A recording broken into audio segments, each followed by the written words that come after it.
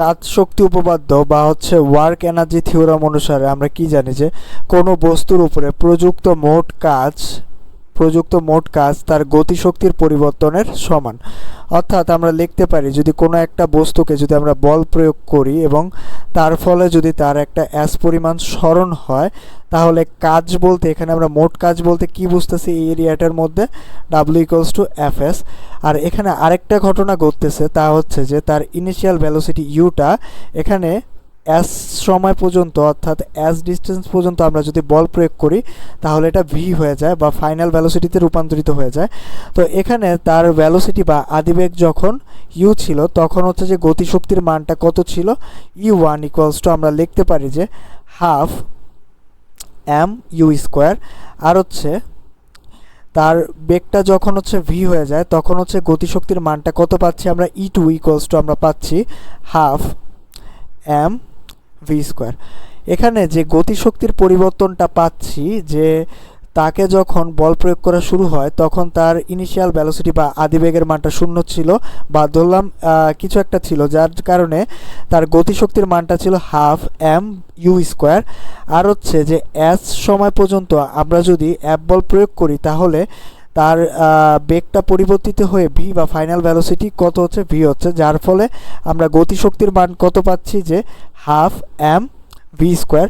তো এখানে যে গতিশক্তির পরিবর্তনটা এখানে হচ্ছে যে মোট কাজের সমান। তো আমরা লিখতে পারি যে half M V square minus হচ্ছে হাফ এম ইউ স্কোয়ার। অথবা যদি আমরা এটাকে লিখি এভাবে যে W=del E অথবা Fs W=Fs। তো এখানে আমরা লিখতে পারি যে half M V square minus হচ্ছে হাফ এম ইউ স্কোয়ার। অর্থাৎ কি বলা যাচ্ছে যে কোনো বস্তুর উপরে প্রযুক্ত মোট কাজ তার গতিশক্তির পরিবর্তনের সমান। তো এখানে আমরা এই ম্যাথটা কি দেখতে পাচ্ছি যে একটি 2 কেজি ভরের বস্তু স্থির অবস্থায় আছে। তো আমরা বলতে পারি যে এখানে একটা 2 কেজি ভরের বস্তু স্থির অবস্থায় আছে বলতে ইনিশিয়াল ভ্যালোসিটি বা আদিবেগের মানটা 0। তো এখানে কি বলছে, এটির ওপর 10 নিউটন বল প্রয়োগ করে। তো এখানে আমাকে কি বলা হয়েছে যে 10 নিউটন বল প্রয়োগ করা হচ্ছে,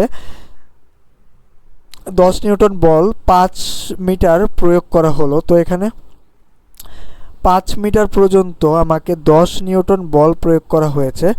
তো এখানে বস্তুটির শেষ বেগ কত এটা বের করতে বলা হয়েছে। তো এখানে আদিবেগের মানটা ছিল 0 কারণ বস্তুটা স্থির অবস্থায় ছিল। এখন 10 নিউটন বল প্রয়োগ করে বস্তুটা চলতে বা অবজেক্টটা মুভ করতে স্টার্ট করে এবং 5 মিটার পরে এটার বেগের মানটা কত হয় এটা বের করতে বলা হয়েছে। তো আমরা কাজ শক্তি উপপাদ্য অনুসারে লিখতে পারি যে W=del E অথবা এখান থেকে লেখা যায় যে W=Fs অথবা হাফ এম ভি স্কোয়ার শেষ বেগ মাইনাস আদিবেগ। তো এখানে লিখতে পারি যে ইউ স্কোয়ার। তো এখানে ইনিশিয়াল ভ্যালোসিটি 0 আর ফাইনাল ভ্যালোসিটি বের করতে বলা হয়েছে। এখানে এফ এর মানটা কত, এফ এর মানটা হচ্ছে 10 নিউটন। আর হচ্ছে এখানে কি আছে যে এস এর মানটা বা ডিসপ্লেসমেন্ট কত, 5 মিটার। আমাদের এখানে ম্যাস বা ভরটা কত দেওয়া আছে, 2 কেজি। তো এখন যদি আমরা এই ভ্যালুগুলো এখানে বসাই দিই যে এফ এর ভ্যালুটা কত 10 নিউটন আর হচ্ছে এস কত 5 মিটার পর্যন্ত প্রয়োগ করা হয়েছে, হাফ ভর কত এটা 2 আর হচ্ছে এখানে শেষ বেগের মানটা আমাদের বের করতে বলা হয়েছে আর হচ্ছে এটা 0। তো এখান থেকে আমরা বলতে পারি যে 50 ভি স্কোয়ার অথবা ভি এর ভ্যালুটা কত √50 বা এখান থেকে আমরা লিখতে পারি যে 5√2 অ্যান্সার। তো শেষ বেগের মানটা কত 5√2। তো এখান থেকে আমরা আরেকটা প্রশ্ন দেখব। তার আগে এখানে কি হচ্ছে যে আমাদের এই মানে হচ্ছে সিনারিওতে কাজটা শক্তিতে রূপান্তরিত হচ্ছে বা কাজটা গতিশক্তিতে রূপান্তরিত হয়ে যাচ্ছে। আর এই সিনারিও ম্যাটটার মধ্যে কি হবে যে দেখি যে 10 কেজি ভরের একটি গাড়ি 20 মিটার/সেকেন্ড বেগে চলছে, ব্রেক প্রয়োগ করায় 50 মিটার দূরত্বে থামানো হলো, ঘর্ষণ বল কত? তো এখানে আমাকে বলা হয়েছে যে গাড়ির ইনিশিয়াল ভ্যালোসিটি বা আদি বেগের মানটা কত, 20। আর হচ্ছে এখানে কি বলা হয়েছে যে এর ভরটা কত, এর ভরটা হচ্ছে 10 কেজি। আর হচ্ছে ব্রেক প্রয়োগ করায় অর্থাৎ ফ্রিকশনাল ফোর্স অ্যাপ্লাই করায় এটি 50 মিটার দূরত্বে থেমে যায় বা থামানো হলো, বল প্রয়োগ করে একে 50 মিটার দূরত্বে থামানো হলো। তো এখানে বলটা কোন দিকে প্রয়োগ করা হয়েছে, বলটা কিন্তু আমার এই বরাবর প্রয়োগ করা হয়েছে, যেখানে হচ্ছে সে দূরত্বটা কিন্তু কোন দিকে অতিক্রম করেছে, সে কিন্তু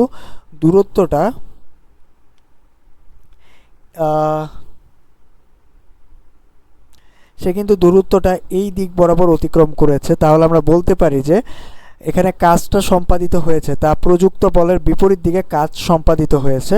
তো এখানে ফাইনাল ভ্যালোসিটি কত হবে, এখানে বলা আছে যে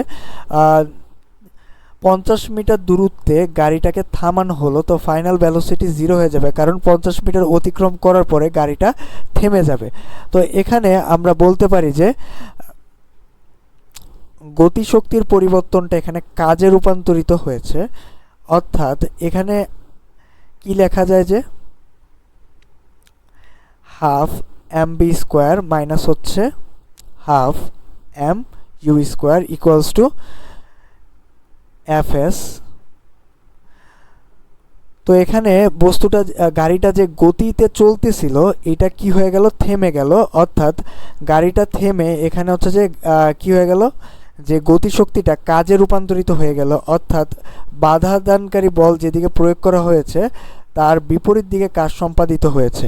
তো এখানে গাড়িটা যে বেগের চলতেছিল, এই বেগের কারণে গাড়ির মধ্যে যে গতিশক্তির সঞ্চার হচ্ছিল তা সম্পূর্ণরূপে এখানে কাজে রূপান্তরিত হয়ে যাচ্ছে। অর্থাৎ আমরা এখানেও দেখতে পাচ্ছি যে কাজ শক্তি উপপাদ্যর থিওরিটা কাজ করতেছে। তো এখানে যেই মানে চেঞ্জেসটা হচ্ছে, আগের ম্যাটটার মধ্যে কি হচ্ছিল যে কাজ গতিশক্তিতে রূপান্তরিত হয়ে যাচ্ছিল, আর এখানে গতিশক্তি কাজে রূপান্তরিত হয়ে যাচ্ছে। দুইটাই অ্যাপ্লাই হবে কাজ শক্তি উপপাদ্যর ক্ষেত্রে। তো এখানে যদি আমরা ভ্যালুগুলো বসাই দিই, যে ফাইনাল ভ্যালোসিটি কত হবে, যে শেষ বেগ তো 0 হয়ে যাবে। তো এখানে আমরা লিখতে পারি যে 0 মাইনাস হাফ এম কত, বস্তুর ভরটা কত ছিল 10 কেজি, আর হচ্ছে বেগের মানটা কত ছিল 20²। তো এখানে এফ কত, এফ আমরা জানি না, এফ কে বা ফ্রিকশনাল ফোর্স আমরা জানি না, তো এখানে 50। তো এখান থেকে আমরা ভ্যালুটা পাচ্ছি হচ্ছে -5 ইন্টু, অথবা এখান থেকে হচ্ছে যে আমরা লিখতে পারি যে 50 এফ কে, এখান থেকে লেখা যায় যে F K equals to -2000 divided by 50, অথবা এখানে কত আসতেছে -40 নিউটন ফোর্স অ্যাপ্লাই করার ফলে এখানে যে বিপরীত দিকে কাজ সম্পাদিত হয়েছে তার ফলে এখানে গাড়িটা থেমে গেল। এতক্ষণ আমরা গতিশক্তির পরিবর্তনের সাথে কাজের একটা সম্পর্ক দেখলাম। এখন আমরা মহাকর্ষণীয় বিভব শক্তির সাথে কাজের একটা সম্পর্ক দেখব, যেখানে কি বলা হয়েছে, মহাকর্ষীয় বিভব শক্তির পরিবর্তন সমান সমান মহাকর্ষের বিরুদ্ধে সম্পাদিত কাজ। তো এটা বলতে এখানে কি বোঝানো হচ্ছে, যে একটা যদি আমরা অবজেক্টকে নির্দিষ্ট হাইটে তুলি, তো এখানে নির্দিষ্ট হাইটে তোলার ফলে মহাকর্ষীয় বলের বিরুদ্ধে আমরা যে একটা কাজ সম্পাদন করতেছি, ডাব্লিউ ইকুয়ালস টু আমরা লিখতে পারি যে এফ এইচ, এটা মহাকর্ষীয় বিভব শক্তির পরিবর্তনের সমান হবে। অর্থাৎ এখানে বলতে বোঝানো হচ্ছে, যখন এই অবজেক্টটা ভূমিতে ছিল তখন হচ্ছে তার বিভব শক্তিটা কত ছিল, আমি ধরলাম E1 ইকুয়ালস টু mg, এইচের মানটা এখানে কত, ভূমিতে এইচের মানটা 0, তাহলে বিভব শক্তির মানটা এখানে কত 0, আর নির্দিষ্ট হাইটে অবজেক্টটাকে তোলার পরে এর শক্তিটা কত হচ্ছে mg এইচ। তো এই হাইটটার ভ্যালু যে কোনো কিছু হতে পারে। তো এখানে যদি আমরা যখন অবজেক্টটা ভূমিতে ছিল এবং এইচ হাইটে তোলার পরে এই অবজেক্টটা যখন নির্দিষ্ট হাইটে থাকে, তখন তাদের যে বিভব শক্তির পরিবর্তনটা আমরা যদি বের করি, লিখতে পারি যে del E equals to E2 minus হচ্ছে E1। E2-র ভ্যালুটা কত, E2-র ভ্যালুটা হচ্ছে এখানে E2 ইকুয়ালস টু আমরা লিখতে পারি লেখা যায় যে M G H minus zero, অথবা এখান থেকে আমরা লিখতে পারি যে এম জি এইচ। তো এখানে এই ফর্মুলাটা কি বলা আছে, মহাকর্ষীয় বিভব শক্তির পরিবর্তন মহাকর্ষের বিরুদ্ধে সম্পাদিত কাজ। তো আমরা এখানে লিখতে পারি যে W equals to del E, বা হচ্ছে W equals to M G H, অথবা আরেকটা লাইন লেখা যায় এখান থেকে যে এফ এইচ ইকুয়ালস টু, এখান থেকে আমরা লিখতে পারি যে এম জি এইচ। তো এই ইকুয়েশনগুলো আমাদের পরবর্তীতে ম্যাথ করতে কাজে লাগবে। তো আমরা যদি একটা ম্যাথ দেখি যে এখানে একটি 2 কেজি ভরের বস্তুকে 5 মিটার উপরে তুললে এখানে gravitational potential energy difference and work done against gravity, অর্থাৎ এখানে বলা হয়েছে যে বিভব শক্তির পরিবর্তন এবং মহাকর্ষীয় বলের বিরুদ্ধে সম্পাদিত কাজের পরিমাণটা এখানে বের করতে বলা হয়েছে। তো আমরা যদি ইন্ডিভিজুয়ালি এই দুইটা ভ্যালু বের করি, যে দেখি যে আমাদের এই বস্তুর বা অবজেক্টটার ভর কত 2 কেজি, তাকে যদি 5 মিটার হাইটে তোলা হয়, 5 মিটার উচ্চতায় তোলা হয়, তাহলে এখানে বিভব শক্তির পরিবর্তনটা কি হচ্ছে।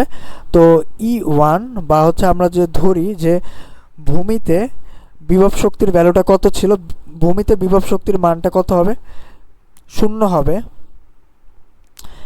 আর হচ্ছে নির্দিষ্ট হাইটে ধরলাম 5 মিটার হাইটে এর বিভব শক্তির মানটা কত হবে, E2। তো এটা যদি বের করি, E2 ইকুয়ালস টু কি লেখা যায়, এম জি এইচ, অথবা এখানে এম এর ভ্যালুটা কত 2 ইন্টু 9.8, আর হচ্ছে এইচ এর ভ্যালুটা কত, এইচ এর ভ্যালুটা হচ্ছে 5 মিটার। তো এখান থেকে 10 ইন্টু 9.8, এখান থেকে আমরা হচ্ছে যে কত পাচ্ছি, 98 জুল। তো বিভব শক্তির পরিবর্তনটা ডেল ই ইকুয়ালস টু আমরা কত পাচ্ছি, যে 98 মাইনাস হচ্ছে 0, অথবা 98 জুল। এখন বিভব শক্তির পরিবর্তন সমান সমান কি বলা হয়েছে, যে মহাকর্ষীয় বলের বিরুদ্ধে সম্পাদিত কাজ। তো আমরা যদি ডাব্লু ইকুয়ালস টু বের করি, মহাকর্ষণীয় বলের বিরুদ্ধে সম্পাদিত কাজ ইকুয়ালস টু এফ এইচ। তো এফ এর ভ্যালুটা কত আমরা জানি না, তো এফকে আমরা লিখতে পারি যে এম জি, আর হচ্ছে এইচ কত, তো এম এর ভ্যালুটা কিন্তু সেম 2, আর হচ্ছে জি এর ভ্যালুটা কত 9.8, আর হচ্ছে এইচ এর মানটা কত, এইচ এর মানটা যেহেতু 5 মিটার, তো এখানে আমরা কত পাচ্ছি, 98 জুল। তো এখান থেকে আমরা বুঝতে পারতেছি যে মহাকর্ষণীয় বলের বিরুদ্ধে সম্পাদিত কাজ একটা বস্তুর বিভব শক্তির পরিবর্তনের সমান। তো আমরা এখানে লিখতে পারি যে ডাব্লু ইকুয়ালস টু ডেল ই, অর্থাৎ এখানে কাজ সম্পূর্ণরূপে বিভব শক্তিতে রূপান্তরিত হয়ে যাচ্ছে। এখন যদি আমরা দেখি যে কাজকে স্থিতিস্থাপক বিভব শক্তিতে রূপান্তরের একটা যদি আমরা ঘটনা দেখি, যে যখন কোনো বস্তুর উপরে বল প্রয়োগ করলে তার যদি বিকৃতি হয়, তখন প্রয়োগকৃত কাজ বস্তুর মধ্যে স্থিতিস্থাপক বিভব শক্তি হিসাবে সঞ্চিত থাকে। তো আমরা যদি এই ব্যাপারটা একটা গ্রাফের মাধ্যমে দেখি, যে কোনো এখানে যদি আমরা লিখি যে গ্রাফে আমরা লিখতে পারি যে আমরা এফ প্রযুক্ত বল বনাম একটা যদি বিকৃতির গ্রাফ অঙ্কন করি, যেখানে ওয়াই অক্ষ বরাবর আমরা প্রযুক্ত বল ধরতেছি, আর হচ্ছে এক্স অক্ষ বরাবর আমরা বিকৃতি ধরতেছি। যেখানে আমরা যদি লিখি যে একটা বল, একটা নির্দিষ্ট পরিমাণ বল, এফ পরিমাণ বল প্রয়োগ করার ফলে একটা বস্তু বা স্প্রিংয়ের এক্স পরিমাণ বিকৃতি হয়। তো এখানে যে আমরা বিন্দুটা পাবো সেটা হচ্ছে যে পি একটা বিন্দু পাবো, যেটা হচ্ছে এক্স কমা এফ একটা পয়েন্ট পাবো। তো এখানে যদি আমরা এই ত্রিভুজটা অঙ্কন করি, তো আমরা কি পাচ্ছি, এই ত্রিভুজটা যদি অঙ্কন করি, তো একটা আমরা সমকোণী ত্রিভুজ পাচ্ছি। তো এই সমকোণী ত্রিভুজের ক্ষেত্রফলটাই হবে, আমরা যদি এফ পরিমাণ বল প্রয়োগ করি, তাহলে স্প্রিংটা যদি এক্স পরিমাণ বিকৃতি হয়, তাহলে তার ক্ষেত্রফলের মানটাই হবে যে আমাদের এখানে সম্পাদিত কাজের পরিমাণ। আর এই কাজের পরিমাণটাই ওই স্প্রিংয়ের মধ্যে স্থিতিস্থাপক বিভব শক্তি হিসাবে সঞ্চিত থাকবে। তো এখানে আমরা যদি এই ত্রিভুজের ক্ষেত্রফলটা বের করি, আর এই ত্রিভুজের ক্ষেত্রফলটাই যেহেতু সম্পাদিত কাজের পরিমাণ, তো আমরা কাজের পরিমাণ ডাব্লু ইকুয়ালস টু লিখতে পারি ত্রিভুজের ক্ষেত্রফল। তো এই ত্রিভুজের ক্ষেত্রফল কি, হাফ ইন্টু ভূমি, ভূমি কত এক্স, আর উচ্চতা কত এফ, হাফ ইন্টু ভূমি ইন্টু উচ্চতা। এখানে আমরা লিখতে পারি half into x into F equals to আমরা লিখতে পারি কে এক্স। এখান থেকে আমরা কাজের পরিমাণটা কত পাচ্ছি, হাফ কে এক্স স্কোয়ার। এই কাজের পরিমাণটাই স্থিতিস্থাপক বিভব শক্তি হিসাবে সঞ্চিত থাকবে ওই স্প্রিংয়ের মধ্যে। তো আমরা এখানে লিখতে পারি যে ডাব্লু ইকুয়ালস টু ইউ অথবা half into k x square, অথবা আমরা এই জিনিসটাকে যেভাবে লিখতে পারি যে স্প্রিংকে এক্স দূরত্ব পর্যন্ত প্রসারিত করতে মোট কৃত কাজ বল স্থানচ্যুতি গ্রাফের অধীনের ক্ষেত্রফল। অর্থাৎ এই কৃত কাজটা এখানে কি বোঝানো হচ্ছে, যে বল প্রয়োগের ফলে যে স্প্রিংটার স্থানচ্যুতি হয়েছে এই গ্রাফটার ক্ষেত্রফলটাই হবে সম্পাদিত কাজের পরিমাণ। যেহেতু বল পরিবর্তনশীল, কাজের পরিমাণ স্প্রিংয়ের মধ্যে স্থিতিস্থাপক বিভব শক্তি অর্থাৎ ইউ হিসাবে সঞ্চিত হবে। তো আমরা বলতে পারি যে u equals to half k x square. যখন একটা স্প্রিংকে টেনে এক্স পরিমাণ প্রসারণ করা হবে তার মধ্যে স্থিতি শক্তিটাই কি, হাফ কে এক্স স্কোয়ার। তো এখন এখানে কাজ কিন্তু স্থিতিস্থাপক বিভব শক্তিতে রূপান্তরিত হয়ে যাচ্ছে। তো এখানে আমরা যদি একটা ম্যাথ দেখি যে একটা স্প্রিং ধ্রুবক কত, 300 নিউটন পার মিটার দেওয়া আছে, আর হচ্ছে যে স্প্রিংটার স্থানচ্যুতি বা হচ্ছে সম্প্রসারণ ধরে নিলাম কত, স্প্রিংটার সম্প্রসারণ 0.03 মিটার। তো এখানে সম্প্রসারণ বা হচ্ছে আমরা লিখতে পারি যে 0.03 মিটার। এখন আমরা যদি এখানে এই ক্রাইটেরিয়া একটা গ্রাফ অঙ্কন করতে চাই, তো এখানে আমরা কি লিখতে পারি যে বল ইকুয়ালস টু, আমরা কি লিখতে পারি, বল ইকুয়ালস টু কে এক্স। এখানে বলের মানটা কত পাবো, যে 300 ইন্টু 0.03, এখান থেকে আমরা পাচ্ছি 9 নিউটন। আর হচ্ছে বিকৃতি বা স্থানচ্যুতি আমরা কত পাচ্ছি, এখান থেকে 0.03 মিটার। তো আমরা যদি এভাবে একটা গ্রাফ অঙ্কন করতে চাই যে অ্যাপ বরাবর আমরা ওয়াই অক্ষ বরাবর কী নিব, বল, আর এক্স অক্ষ বরাবর আমরা কী নিব, বিকৃতি। তো এখানে বিকৃতির ভ্যালুটা কত, 0.03 মিটার। তো আমরা ধরে নেই যে এখানে 0 গ্রাফের মধ্যে এখানে বিকৃতির পরিমাণটা কত, 0.03। তো এটা আমি হচ্ছে যে একটা আন্দাজে ধরে নিয়েছি। তো এখানে এক্সের ভ্যালুটা কত পাচ্ছি, বিকৃতির পরিমাণটা 0.03 মিটার। আর হচ্ছে প্রযুক্ত বলের মানটা এখানে কত ধরে নিলাম, 9 নিউটন এখানে হবে। তো 9 নিউটন আমি এখানে নিলাম। তো এই গ্রাফটায় আমি কি পাচ্ছি, যখন বিকৃতির পরিমাণটা আস্তে আস্তে বাড়তেছে তখন হচ্ছে যে প্রযুক্ত বলের মানটা আস্তে আস্তে বাড়তেছে, তখন এখানে বিকৃতির পরিমাণটাও আস্তে আস্তে বাড়তেছে। তো এখানে যদি আমরা লিখি, যখন বিকৃতি 0.03 মিটার হয় তখন হচ্ছে যে একদম প্রযুক্ত বলের মানটা কত পাওয়া যাচ্ছে, 9 নিউটন। তো এখান থেকে আমরা কাজের পরিমাণটা কত পাচ্ছি, কাজের পরিমাণটা ডাব্লিউ ইকুয়ালস টু লিখতে পারতেছি। তো গ্রাফটা হাতে আঁকার কারণে অত একটা ঠিকভাবে হয় নাই।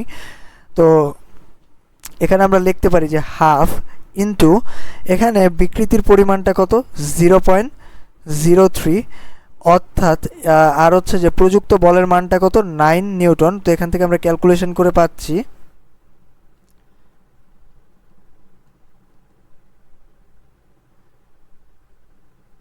0.135 জুল। অথবা যদি আমরা এখানে আরেকভাবে স্থিতিস্থাপক বিভব শক্তিটা বের করে দেখি যে এই যে স্থিতিস্থাপক বিভব শক্তিটা আর হচ্ছে এখানে যে কাজের পরিমাণটা সমান কিনা, অর্থাৎ কাজের পরিমাণ বলতে বোঝানো হচ্ছে 9 নিউটন বল প্রয়োগ করার ফলে 0.03 মিটার যে সম্প্রসারণ ঘটেছে, এখানে যে কাজ সম্পাদিত হয়েছে তা কি আমার এখানে স্থিতিস্থাপক বিভব শক্তির সমান কিনা। তো আমরা যদি কে অর্থাৎ স্প্রিং ধ্রুবক আর হচ্ছে এক্স এর মানটা এই স্থিতিস্থাপক বিভব শক্তির মধ্যে বসাই দিই, তো কি পাচ্ছি, হাফ ইন্টু এখানে কে এর ভ্যালুটা কত, 300, আর হচ্ছে এখানে এক্স এর ভ্যালুটা কত, 0.03 মিটার। তো এখান থেকে ক্যালকুলেশন করে আমরা ভ্যালুটা পাচ্ছি, অর্থাৎ এখানে একটা কারেকশন হবে যে এখানে এই কে এর ভ্যালুটার উপর স্কোয়ার হবে না। তো এখান থেকে আমরা ভ্যালুটা পাচ্ছি হচ্ছে 0.135 জুল। অর্থাৎ এখানে দেখা যাচ্ছে যে একটা স্প্রিংকে যদি আমরা এক্স পরিমাণ সম্প্রসারণ করি F বল প্রয়োগ করে, তার যে সম্প্রসারণ করতে কৃত কাজটা, এই কৃত কাজটা স্থিতিস্থাপক বিভব শক্তি হিসাবে ওই স্প্রিংয়ের মধ্যে সঞ্চিত থাকে।